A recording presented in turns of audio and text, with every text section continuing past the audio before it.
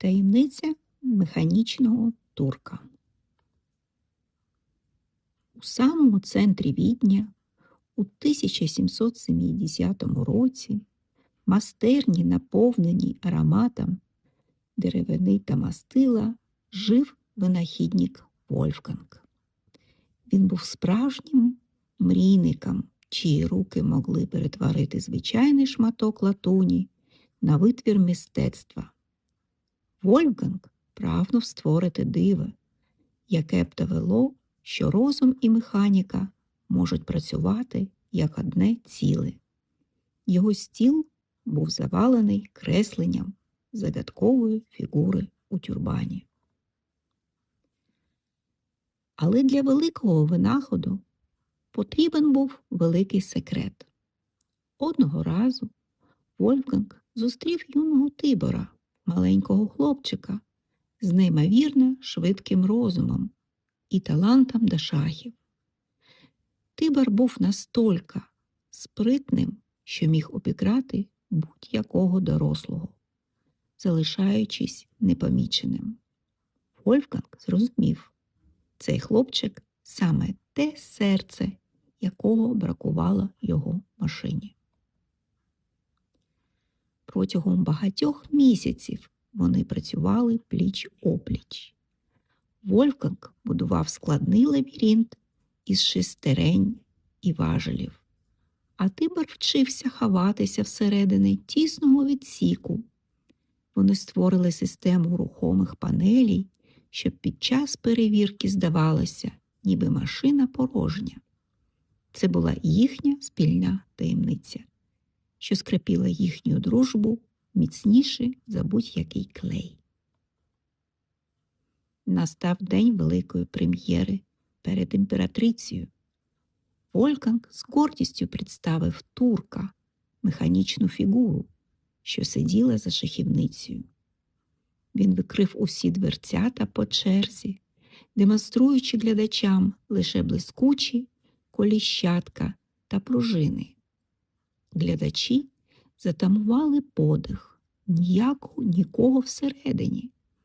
Але в цей момент Тибор уже сидів у своєму потаємному куточку, готуючись до бою. Як же Тибор дізнавався про ходи? Під кожним полем на дошці висів магнітний індикатор. Коли суперник пересував фігуру, маленька металева кулька всередині ящика опускалася, підказуючи Тибору позицію. Хлопчик керував рукою турка за допомогою системи пантографа, спеціального важеля, який потворював кожен рух його власної руки. Їхня подорож почалася. Вони вирушили до Парижу, де турок зустрівся з усіма найкращими шахістами у знаменитому кафе «Режанс». Професійні гросмейстери в перуках і з поважними обличчями були шоковані. Машина грала не просто правильно, вона грала геніально. Після кожної перемоги Вольфганг підморгував турку, знаючи, що справжні лаври належать хлопчику всередині. Життя в дорозі було справжньою пригодою. Вони їхали у великій кареті, набитій запчастинами, книгами та запасами їжі. Вечорами біля вогнища Вольфганг розповідав Тибору про зірки, а хлопчик показував йому нові шахові комбінації. Вони стали справжньою родиною, де дорослий винахідник і маленький геній оберігали один одного від усього світу. У Берліні сам король Прусії вирішив кинути виклик турку. Король був хитрим і вирішив перевірити машину. Він навмисно зробив хід, який суперечив правилам. Вольфганг відчував, як холоне серце, чи зрозуміє Тибор підступ. Але турок спокійно взяв королівську фігуру, повернув її на місце і похитав головою, виклавши вибух сміху та аплодисментів у залі. Проте іноді траплялися складні моменти. У Лондоні Тибор сильно застудився, і його кашель міг видати секрет. Вольфганг усю ніч не спав, готуючи трав'яні чаї та обкладаючи стінки автомата м'якою тканиною, щоб поглинути звуки. «Ми впораємося, Тиборе», – шептав він. Під час гри Вольфганг спеціально кашляв сам, щоб приховати звуки зсередині ящика. Одного разу в залі стало занадто спекотно, і Тибору забракало повітря. Вольфганг помітив, що рука турка почала тремтіти.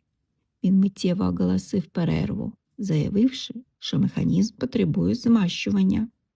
Ризикуючи викриттям, він непомітно відкрив задню панель, щоб дати хлопчику ковток свіжої води.